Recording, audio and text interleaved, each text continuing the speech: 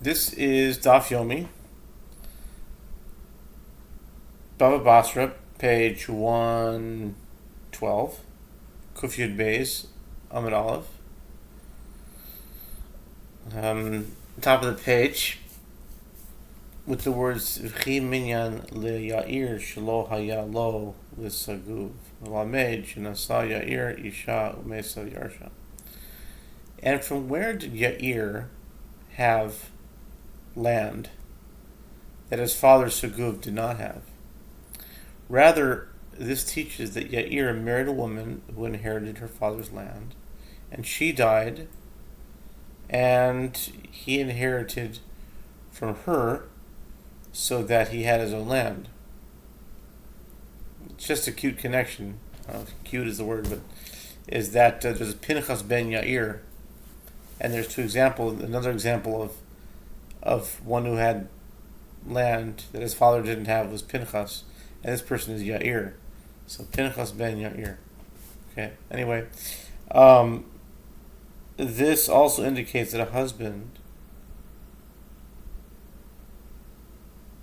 inherits from his wife.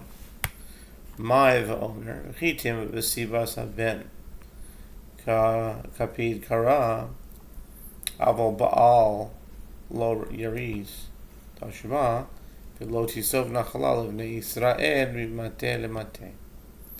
The Gemara proceeds to explain this braita. What is the meaning of "and it states"? Why is it necessary to provide additional proofs beyond the first verse? The Gemara explains. The first verse seems to prove the halacha that a husband inherits from his wife. And you would say that the verse that rules that a woman who inherited land from her father cannot marry a man from another tribe is not concerned that he will inherit from her, but rather the verse is concerned about a transfer of inheritance from one tribe to another by means of the son who will inherit from his mother, as he belongs to his father's tribe. But a husband does not inherit from his wife. Therefore, come in here another verse that is seemingly superfluous. So shall no inheritance of the children of Israel transfer from tribe to tribe. 36 verse 7. This teaches that a transfer of land could occur by means of the husband inheriting from her. V'chitim la'avor ba'alav belav v'aseh tashima lo tisov nachala mimate limate acher. And if you would say that this verse is also concerned with the transfer of the inheritance by means of the son, and that the seemingly superfluous verse is stated for another purpose, like in order to establish that a woman who inherited land from her father and marries a man from another tribe will violate for that act a prohibition, namely, so shall no inheritance of the children of Israel transfer. And a positive mitzvah, namely, shall be wife to one of the family of the tribe of her father. Therefore, come in here another verse that is seemingly superfluous. So shall no inheritance transfer from one tribe to another tribe. Numbers 36 verse 9. Which teaches that a transfer can occur by means of the husband inheriting from his wife. V'chi tema la'avor alav b'shnei lavin v'aseh tashema v'elazar ben Aaron meis. And if you would say that this verse is also concerned with the transfer of the inheritance by means of the son, and that the seemingly superfluous verse is stated for another purpose, which is in order to establish that a woman who inherited land from her father and marries a man from another tribe violates for that fact act two prohibitions and a positive mitzvah. Therefore, come in here another proof that a husband inherits from his wife. from the verse, and Eleazar, the son of Aaron, died. Joshua 24:33. Chitim Eleazar hu denasiv itma umesa v'yarse Pinchas tashema u'seguv holid es Yair.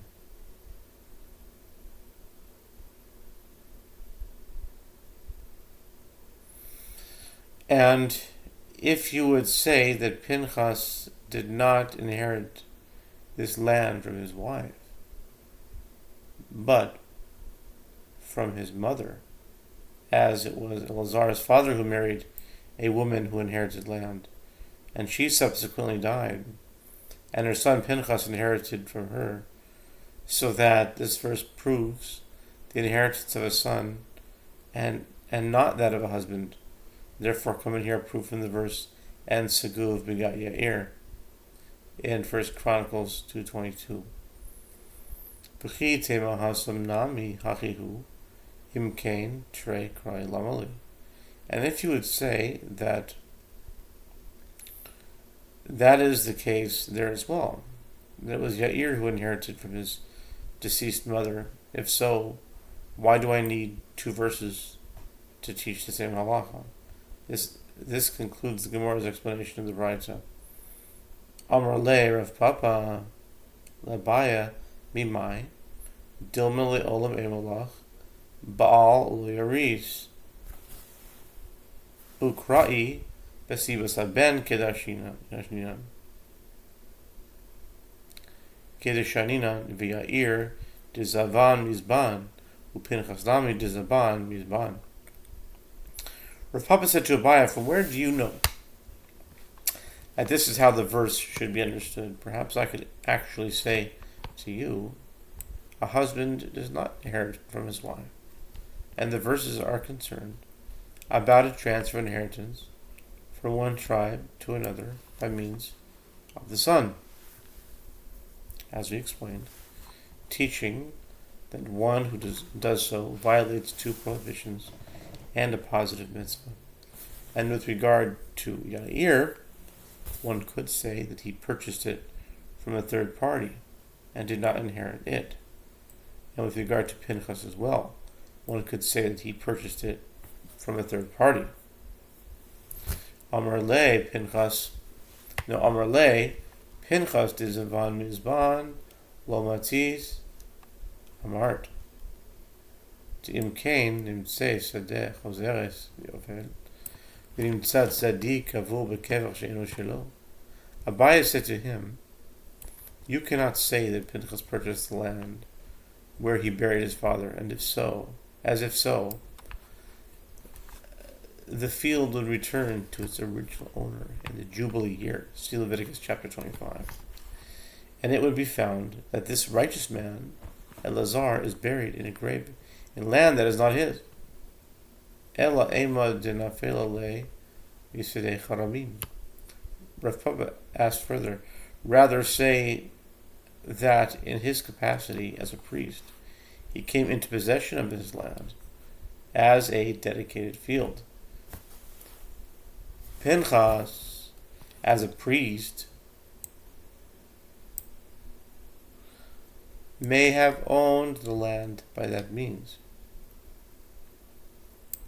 Therefore, one can still say that a husband does not inherit from his wife, and the verses are concerned about a transfer of inheritance from one tribe to another by means of the son.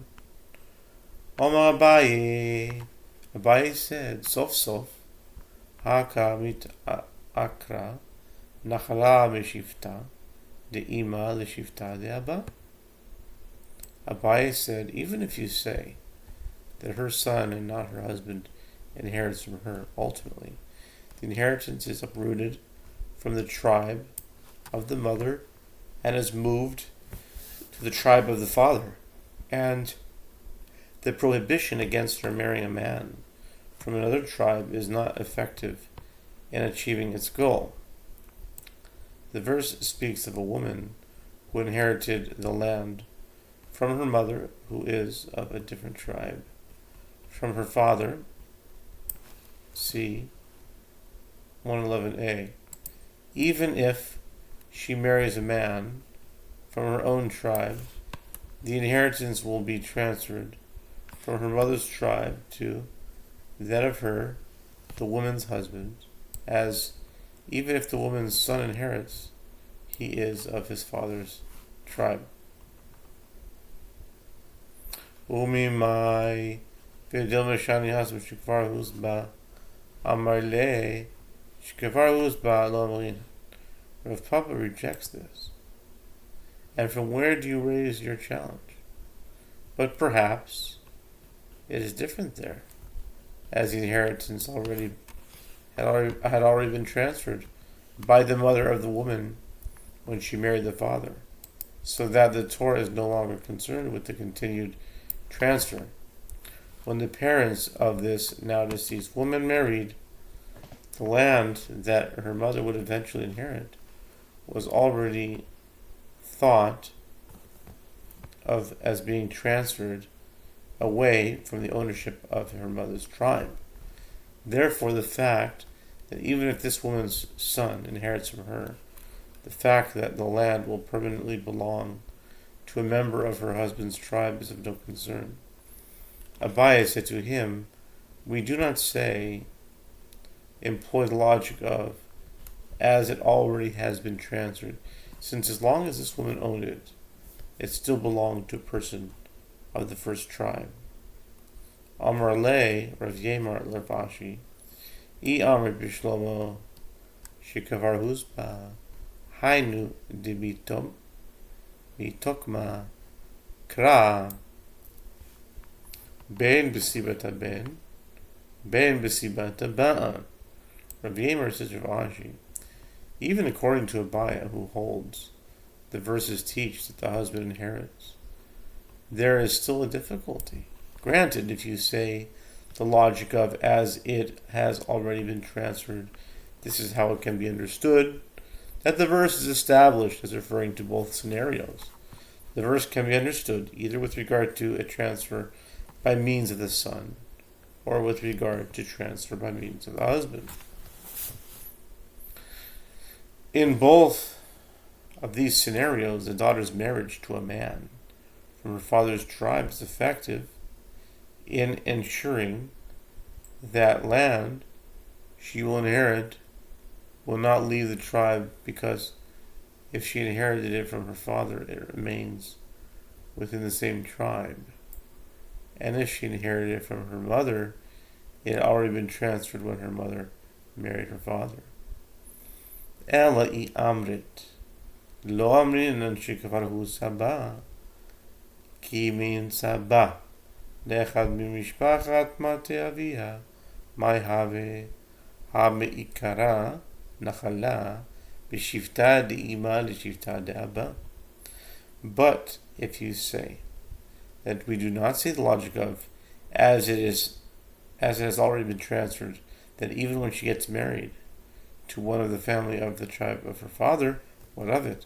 But an inheritance is uprooted from the tribe of her mother, who had inherited land from her mother's father, to the tribe of her father, as her husband is from her father's tribe. Deman sebinan legabra de'avu mishivta de'avu ve'ime mishivta de'ime.